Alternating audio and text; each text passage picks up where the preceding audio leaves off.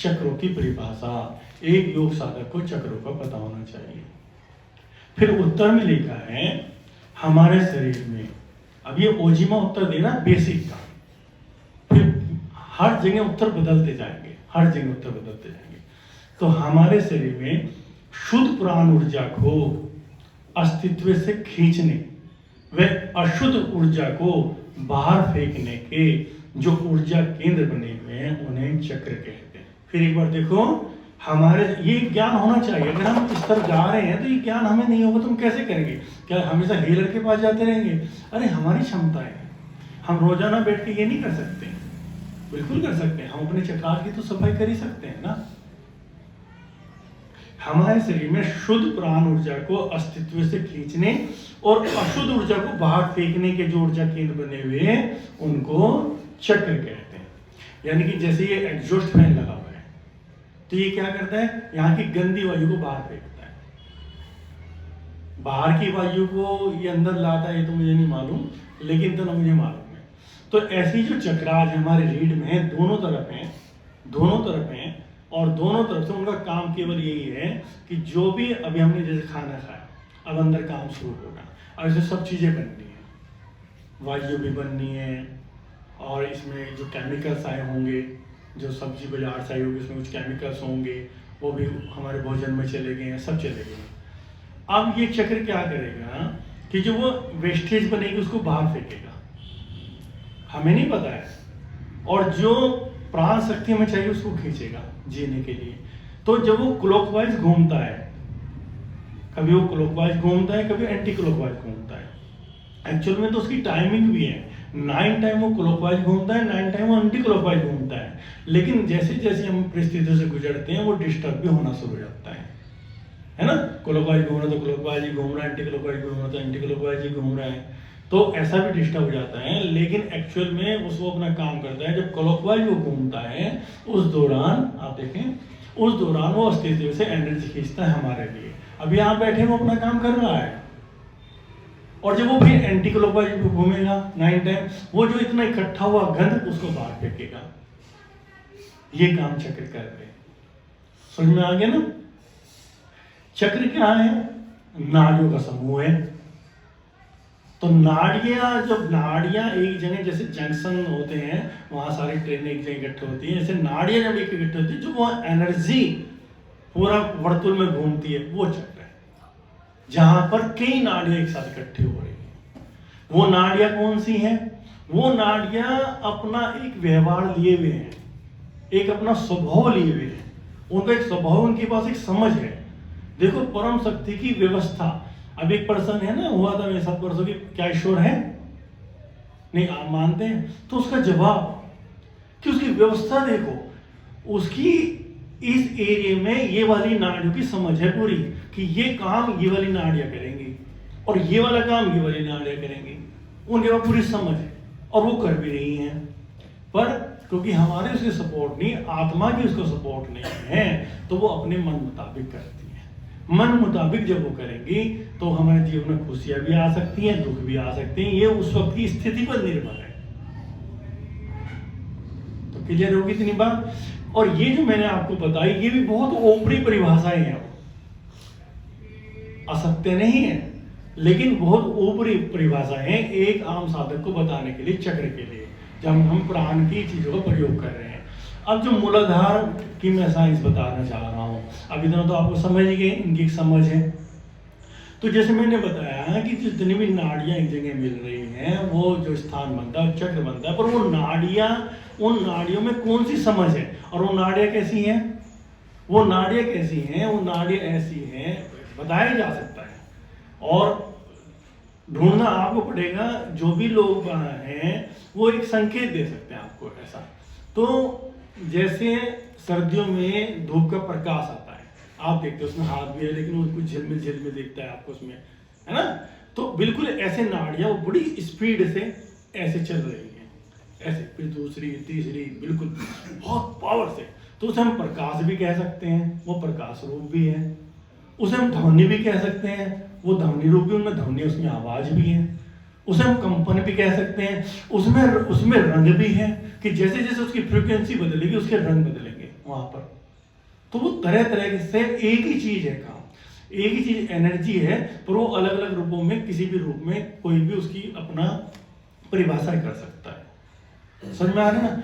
तो जो मूलाधार चक्र है, वहां जो नाड़ियां हैं, उनकी जो समझ है ना, वो समझ के बारे में, तो ये योग साइंस के बिना तो गति है ही नहीं। अगर योग साइंस किसी ने नहीं जानी तो कोई गति नहीं, कहीं से कोई वो साइंस ही नहीं जानी, वो विज्ञान ही नहीं जाना हमने। तो ये जो मूलाधार चक्र है, ये लाल रंग का दिखाया गया, अंदर पीला रंग दिखाया गया, इसमें हाथी बिठा दिए गए हैं। इन सब की योग की इतनी बड़ी खोज है, जो उन्होंने खोजा, फिर उन्होंने खोजा, खोज तो लिया, अब बताएं कैसे, अब बताएं कैसे? तो कितने प्रयास उनके बताने के लिए, क्योंकि बताने में जो बताया जा रहा है वो सत्य नहीं है, पर वो सत्य के बहुत करीब है। सत्य तो इसका अलग होगा, इसका अलग होगा, इसका अलग होगा, इसी से जाएंगे, लेकिन इसका अलग होगा, उसके सबका अलग होगा, जो उसका अपना होगा सत्य हो। लेकिन जाएंगे तो वहां पे योगियों ने कहा कि मन की एक वृत्ति, कल्पना का प्रयोग, कि कल्पना शक्ति दोस्तों पूरा विजुअलाइज। ये सारी मूर्तियां इसी कारण से बनी है। आप ये नहीं कह सकते भगवान शंकर ऐसे होंगे, कोई इस बात की घोषणा नहीं कर सकता है भगवान कृष्ण ऐसे होंगे। ये कैसे पहुंचोगे आप, कैसे पहुंचोगे? तो उन योगियों ने कल्पना शक्ति दी हमको, और देवी का कभी स्वरूप रहा भी नहीं रहा, ऐसा नहीं कह सकते। योग साइंस नहीं मानती देवी का कोई स्वरूप रहा होगा, वो तो एक एनर्जी है, एनर्जी कैसे स्वरूप में आप बांध सकते हैं? लेकिन उनका जो व्यवहार है उस एनर्जी का, उस एनर्जी का, पर्टिकुलर एनर्जी का जो व्यवहार है, तो उस व्यवहार को देखा, ये एनर्जी ऐसे काम करती है तो ये काली, और ये एनर्जी ऐसे काम करती है तो दुर्गा।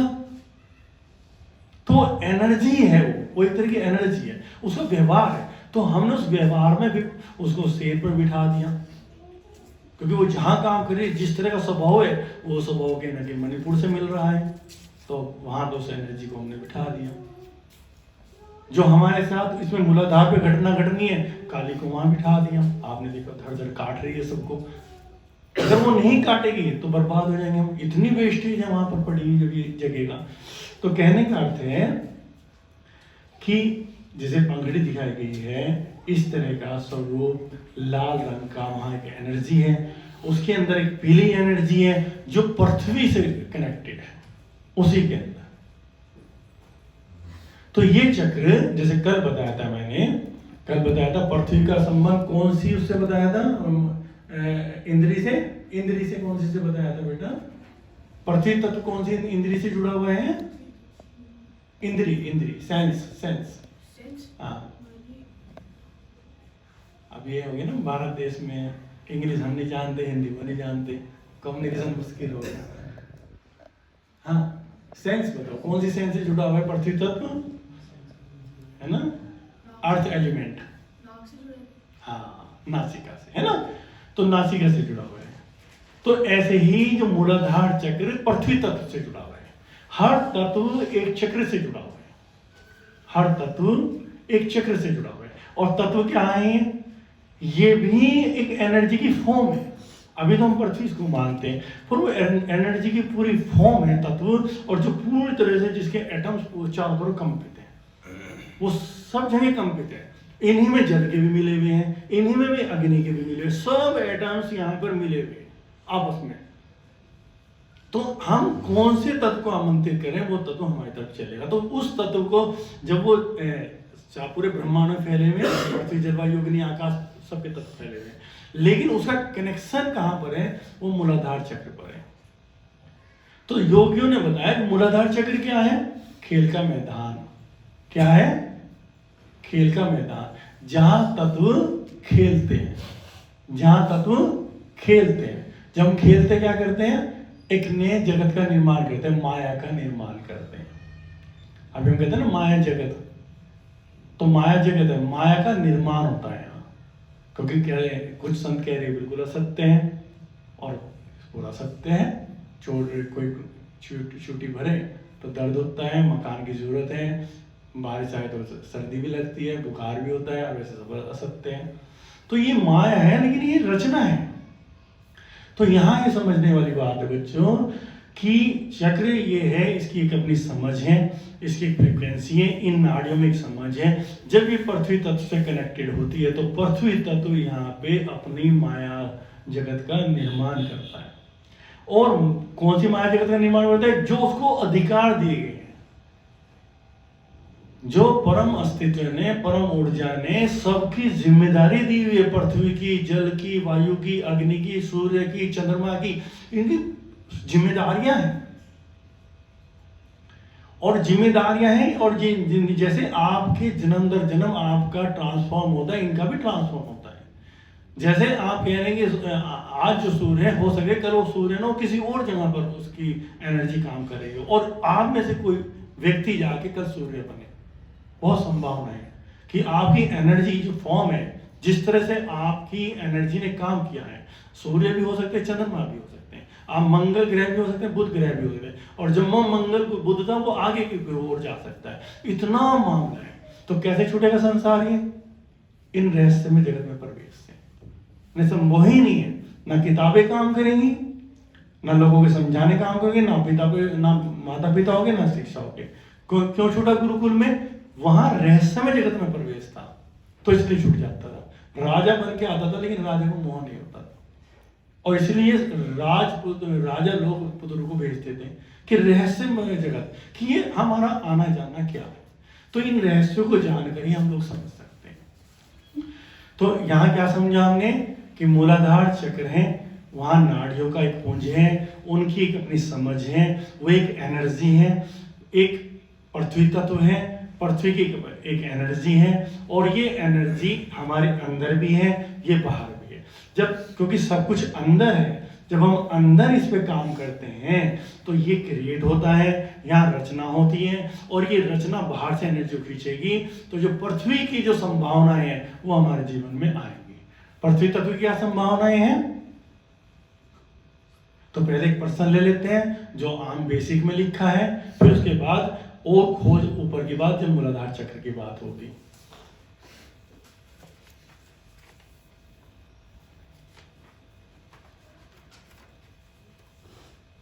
देखो, रेड बेल्ट में, क्योंकि पहले हमने चक्रों की बात की, पहले हमने बेसिक सिखाया, अब मुझे दोनों को लेके चलना पड़ा है, क्योंकि बेसिक एक दिन में मैं पूरा नहीं कर सकता हूं।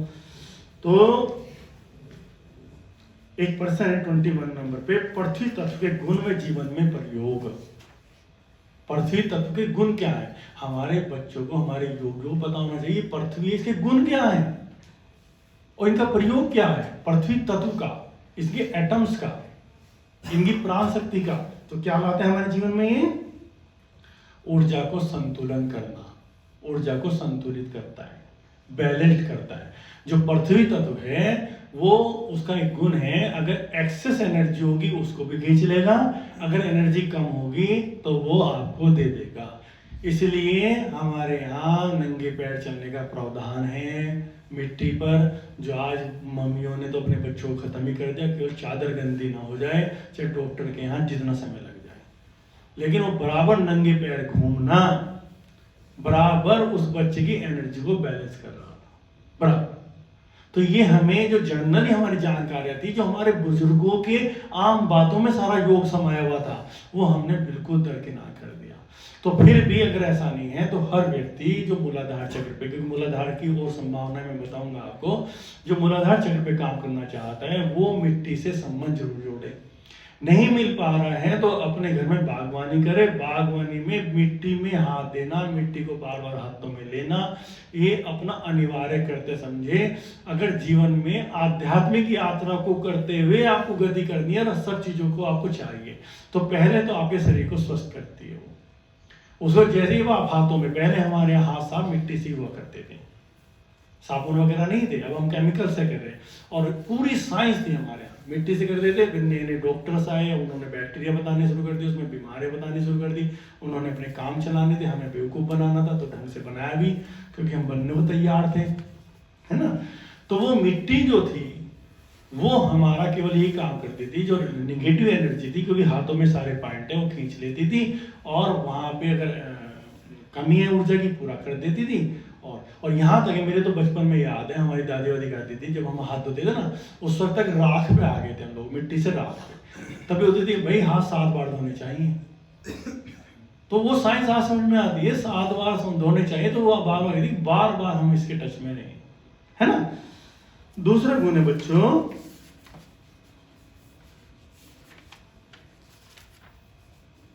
स्थिरता, ये इसका गुण है, स्टेबिलिटी, स्थिरता, ये गुण दिया, मतलब उसने दिया। तो उस व्यक्ति का जो पृथ्वी के टच में रहेगा, जैसे अस्थिरता हमारे अंदर रहती है, तो धीरे धीरे हम स्थिरता, अगर हम उससे कनेक्ट होंगे, मतलब कनेक्ट होना यहाँ पे हमारा भाव जगत से, जब उससे कनेक्ट होंगे, जब उसकी साधनाएं करेंगे, तो जो हमारी बेचैनियां सब हैं ये सब खत्म शुरू हो जाएगी, खत्म होनी शुरू हो जाएगी, ठीक है ना। कल मैंने बताया ना स्प्लीन है, स्प्लीन में बेचैनी होती है, तो स्प्लीन पृथ्वी तत्व से जुड़ा हुआ है, ऐसे ऑर्गन्स भी जुड़े हुए हैं हमारे, जैसे किडनी हमारी जल तत्व से जुड़ी हुई है ना, ऐसे पर स्प्लीन जुड़ा है, इसलिए वहां बेचैनी है सारी की सारी। तो मिट्टी के साथ हम संबंध, तो हमारे अंदर गहरी वो आएगी। फिर क्या आएगा हमारे पास, स्टेबिलिटी, मजबूती। जीवन में बताओ क्या स्टेबिलिटी का संसार जीवन में महत्व नहीं है? बिल्कुल महत्व है। आपके अंदर स्टेबिलिटी होनी चाहिए, आपको कोई हिला ना पाए, इसलिए सारे ग्राउंडिंग की जो एक्सरसाइज है वो मूलाधार चक्र से जुड़ती है। तो आपको गजासन का, एम्ब्रेसिंग ट्री का, ग्राउंडिंग की, ग्राउंडिंग ना पृथ्वी की एनर्जी से जुड़े, ताकि मजबूती आए हमारे में, है ना। और आपको मैं बता दूं कि अपनी खोज करना, लेकिन मेरी खोज के अनुसार, जैसे मैंने जो रावण के बारे में बताया, हम तो पंडित रावण ही बोलते उनको तो उनके बारे में बताया कि उनके पास अमृत था। और ऐसे ही अगर हम देखें, जो अंगद का जो काम हुआ, जो अंगद ने पाया, वो केवल पृथ्वी तत्व के प्रयोग थे, केवल पृथ्वी तत्व के प्रयोग थे। जो कि इतने मास्टर्स अभी भी ऐसे हैं कुछ समय पहले, जो बराबर सीधे कनेक्ट होते थे पृथ्वी से, और वो हिल नहीं पाते थे। तो ये तो जीवंत प्रयोग है। तो वो जो अंगद के प्रयोग थे, पूरी साइंस थी पृथ्वी तत्व से कनेक्शन बनाना, वो नीचे तक जड़ें पहुंचा देनी और मजबूती लाना, ठीक है।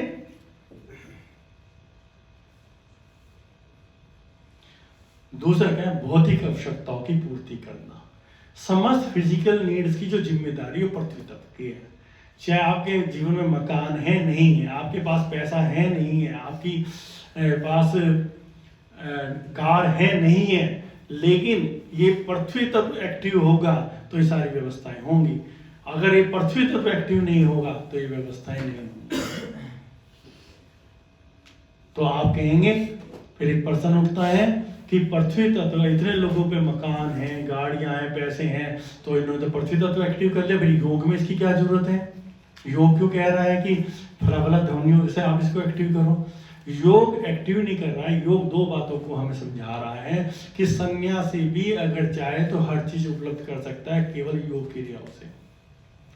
और जो आम संसारी के पास भी, क्योंकि परमात्मा तो सबके अंदर विराजमान है, उसकी कई जन्मों की यात्रा है, वो सारी चीजें हैं, लेकिन योग के मंत्रों से अलग अगर पृथ्वी तत्व एक्टिव होगा मूलाधार चक्र पे, तो दो निगेटिव इमोशंस उसके पास आएंगे ही।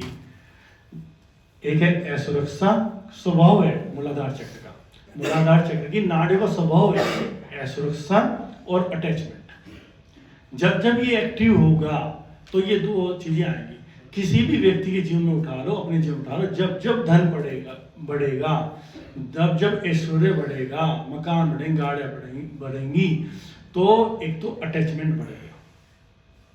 जो एक आम आदमी जिसके पास धन नहीं है, वो एकदम से किसी भी पैसे को दे सकता है। धनपति को कभी आप देखेंगे, उसके लिए कोई भी पैसा देना बहुत ही 500,000 रुपये दे देगी, अपने लिए वो कुछ भी कर सकता है, लेकिन देना, अटैचमेंट इतना बढ़ जाना चीजों से। बराबर इस बात का रहना, असुरक्षा का भाव, मेरा पीछे मकान सुरक्षित है नहीं है, मेरे बच्चे सुरक्षित हैं नहीं है, ये भय हर व्यक्ति को बना रहेगा जैसे जैसे पृथ्वी तत्व बढ़ेगा। तो वहां योग के सूत्र काम करते हैं कि तुम्हें ये चीजें बढ़ानी तो है अगर तुम चाहो, है ना। चाहने पर भी बहुत सन्यासी ऐसे नहीं उनको पृथ्वी तत्व और ये मूलाधार चक्र एक्टिव नहीं है, चाह नहीं, जब तुम लोग चाह नहीं, अगर वो चाहेंगे तो सब चीज होगी। तो जैसे जैसे तत्व आपका बढ़ेगा, एक्टिवेट होगा, और आपने अगर जो मूल मंत्र, जो बीज मंत्र, उनका उच्चारण नहीं करा, तो आपका साथ साथ अटैचमेंट बढ़ेगा। तो योगी के साथ क्या है, साधक के साथ क्या है कि ये सब चीजें तो चाहिए, लेकिन जैसे जैसे आप इन मंत्रों के द्वारा अपने मूलाधार चक्र को एक्टिव करते हो बीज मंत्रों के द्वारा, तो आपका अटैचमेंट बिल्कुल नहीं होगा, असुरक्षा का भाव बिल्कुल नहीं रहेगा आपके पास, कुछ भी हो रहा है, और आप इसको सारे ऐश्वर्य को जी कर जाएंगे, चाहे वो कल चला जाए सब ऐश्वर्य, रहे ना रहे, आपको उससे कोई अटैचमेंट नहीं रहेगा। ये योग की खोज है कि है तो रास्ता तो वही अपनाना है, फिर लेकिन कुछ शुद्ध करके इसको एक्टिविटी करना है, इसको शुद्ध करके करो, ठीक है। तो मूलाधार चक्र का स्वभाव होता है, जितने भी अभी अभी समझ लो, हर व्यक्ति किसी न किसी चक्र पर, वैसे तो अधिकांशतः लोग हमारे समाज में 2 चक्रों पे होते हैं, मूलाधार पर और स्वादिष्ठान पर, सेक्स सेंटर पर तो ऊर्जा रुकी हुई है उनकी, या मूलाधार, ठीक है। थोड़े थोड़े मणिपुर तक जाते हैं, और जो संत लोग हैं वो कहीं ना तक, है ना। तो जो मूलाधार चक्र है, इसका जो स्वभाव है ना, हाथी का स्वभाव है। अब इसमें हाथी भी सुना है, हाथी को आप समझना बलशाली होता है, ताकतवर होता है ना। तो मूलाधार चक्र का व्यक्ति हमेशा आपको पूरा हर वक्त, मतलब यहाँ से दिल्ली, दिल्ली से बॉम्बे, एक पैसे के लिए मकान बनाना है, 1 बनाना है, 2 बनाना है, 4, इतना पैसा इकट्ठा करना है, ये सारा उसके स्वभाव में होगा। इन्हें बातों सुन के किसी को गलत नहीं मानना, सभी के स्वभाव में जरूरतें भी। तो मैं बार बार ये टोकता रहता हूँ, क्योंकि कोई भी बात हम अपने किसी सीनियर से सुनते हैं, फिर हमारी धारणा बन जाती है, धारणा हमेशा काट के चलो, हम समझ परिपक्व कर रहे हैं, और वो जरूरत भी है ना। ये उसका स्वभाव होगा, वो केवल इसी चीज में लगा रहेगा। उसको यहाँ तक कि देखो, हमारे शरीर, हमारे समाज में सेक्स को बहुत गिल्टी किया गया है, लेकिन सेक्स उससे ऊपर का तल है, प्रेम उससे ऊपर का तल है। मान लो व्यक्ति सेक्स में पागल है, तो उसे कभी इन चीजों से बहुत प्रेम नहीं, वो मकान बनाए, वो प्रेम के लिए सब कुछ दांव पे लगा के कि उसे जो भी मित्र चाहिए वो मित्र की खोज में निकल जाएगा, स्त्री या पुरुष है। लेकिन ये व्यक्ति, अभी हम कहेंगे इसको, समाज इसे ऊंचा स्थान देगा, देखो उसने अपना मकान बना लिया, और प्रेम के नाम पे वो व्यक्ति जीरो होगा। तो ये स्वभाव है उसका। एक उसका स्वभाव होगा कि जो वो सोच लेगा, जो हाथी का स्वभाव है, फिर वो सुनेगा नहीं, मोड़ी होगा, हटी होगा, उसे मतलब पेड़ उखाड़ना पीछे से कोई कुछ भी कर रहा सुनेगा। तीसरा, इससे ये कहीं ज्यादा ताकतवर है शेर से, लेकिन ये झुंड में चलता है, उसे हमेशा सपोर्ट की जरूरत होगी, हमेशा डिपेंडेंट होगा, वो अकेला चल ही नहीं पाएगा झुंड में। तो ये नहीं कह रहे, मतलब क्यों उन्होंने चुन के हाथी को रखा, स्वभाव ताकतवर होगा, बलशाली होगा, मेहनती होगा, और रात दिन मेहनत करने वाला होगा, लेकिन अटैचमेंट बढ़ता चला जाएगा, सेल्फ कॉन्फिडेंस कम होगा, और असुरक्षा भाव बना रहेगा। ये सारे के स्वभाव है। ये सब चीजें तो हों, लेकिन वो चीजें कटें, तो उसके लिए बीज मंत्र योग ने बीज मंत्र ढूंढे, वो फिर उसकी साइंस में रात में खोलूंगा, है ना।